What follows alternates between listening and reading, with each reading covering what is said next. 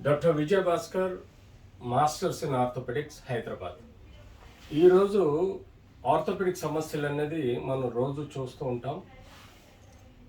యూజువల్గా human body అనేది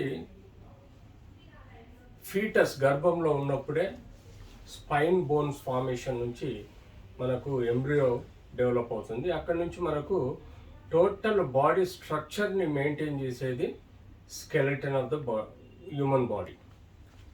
so ఈ skeleton of the human body races ప్రకారం ఉంటుంది. అంటే చైనా దేశస్తులు పొట్టిగా ఉంటే ఆఫ్రికన్ అండ్ అమెరికన్ దేశస్తులు పొడుగ్గా ఉండడం, కొన్ని లావుగా ఉండడం, కొన్ని డిఫరెంట్ మార్ఫలాజికల్ చేంజెస్లో వ్యక్తులను డిఫరెన్షియేట్ చేసేదే మేజర్గా స్కెలెటన్, దానిలో ఉండే చుట్టూ కండరాలు, స్కిన్, కలర్. సో ఇలా మనకు skeletal system in the body, study of skeletal system అంటే ఎముకల సమూహ గూడు, వాటి చుట్టుండే కండరాలు, లిగమెంట్స్, వీటితో ఫామ్ అయ్యే జాయింట్స్ కలిపితే it is the study of orthopaedics అంటాం. So movement is life. ఆర్థోపెడిక్స్లో మనం ఆడిచ్చే ప్రతి కీలు మన యొక్క స్టామినాను, మన యొక్క కెపాసిటీని, మన యొక్క సక్సెస్ రేటును చూపెడతాయి. కాబట్టి ఆర్థోపెడిక్స్ ప్రతి హ్యూమన్ బీయింగ్ పుట్టినప్పటి నుంచి చనిపోయేంత వరకు ఎముకలు, జాయింట్స్, వాటికి సంబంధించిన కండరాలు, లిగమెంట్స్ యొక్క సమూహ కార్యక్రమం ఏదైతే మన బాడీలో ఉంటుందో దాన్ని సక్రమంగా జీవితాంతం ఎలాంటి డిజీజెస్ లేకుండా మేనేజ్ చేయగలిగితే అంతటి చక్కటి రిజల్ట్స్ మనకు వస్తుంది. సో యూజువల్గా పుట్టినప్పుడు ఎన్నో విటమిన్ డి, కాల్షియం డెఫిషియన్సీస్ ఉంటాయి.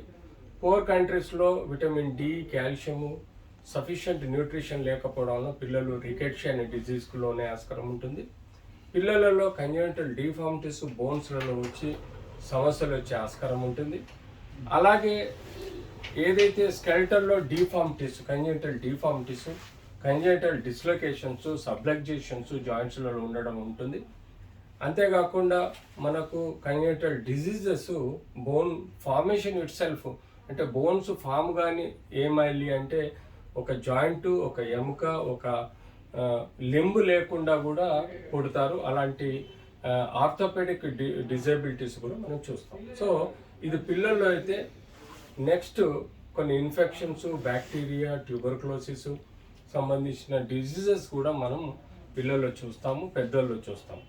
సో ఆన్ అండ్ యావరేజ్గా మనం మేజర్గా ఈ కాలంలో ఫ్రాక్చర్స్లలో ఎక్కువగా మనకు కనబడుతుంటే అది చిన్నపిల్లల్లో కానీ పెద్దవాళ్ళలో బికాస్ ఆఫ్ ద యాక్సిడెంట్స్ అనుకోండి, ఇళ్లలో రెసిడెన్షియల్ ఇంజురీస్ అనుకోండి, ఆర్ బోన్ ట్యూమర్స్ వల్ల ఫ్రాక్చర్స్ అవడం అనుకోండి, బోన్ డిజీజ్ వల్ల ఫ్రాక్చర్స్ అవడం అనేది మనం కామన్గా చూస్తాం.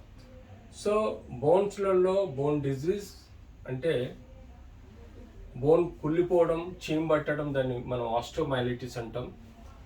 ఇన్ఫెక్షన్స్ వల్ల అంటే అది బ్యాక్టీరియల్ కావచ్చు, మోస్ట్లీ ఫంగల్ వెరీ రేర్గా ఉంటుంది. వైరల్ అనేది జాయింట్స్లలో ఎక్కువగా ఎఫెక్ట్ అవుతుంది కాబట్టి అలాంటి ఇన్ఫెక్షన్స్ వలన వస్తాయి.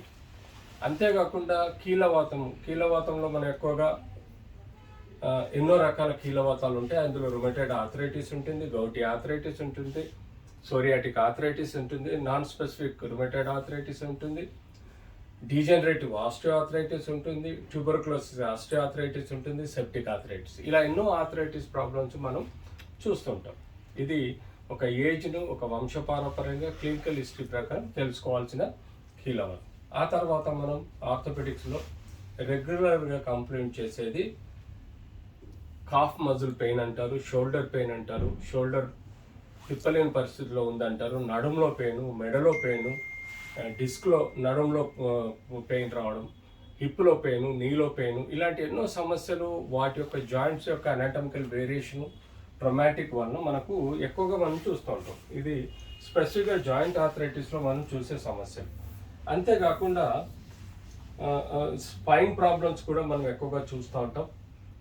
మల్టిపుల్ జాయింట్స్, హిప్ కానీ, నీ కానీ, యాంకిల్ ఆర్థరైటిస్లో మనం సమస్యలు చూస్తూ ఉంటాం. ఇలా మనం బాడీ స్ట్రక్చర్లో బోను, దాంతో సంబంధించిన కండరాలు, దానికి సంబంధించిన లిగమెంట్స్, జాయింట్ క్యాప్సూల్స్ అన్నీ మనకు ఈ ఆర్థోపెడిక్స్లో సమూహంగా ఉంటాయి కాబట్టి వీటిని పర్టికులర్గా మనం తెలుసుకోవాల్సిన అవసరం ఉంటుంది. ఇది పని.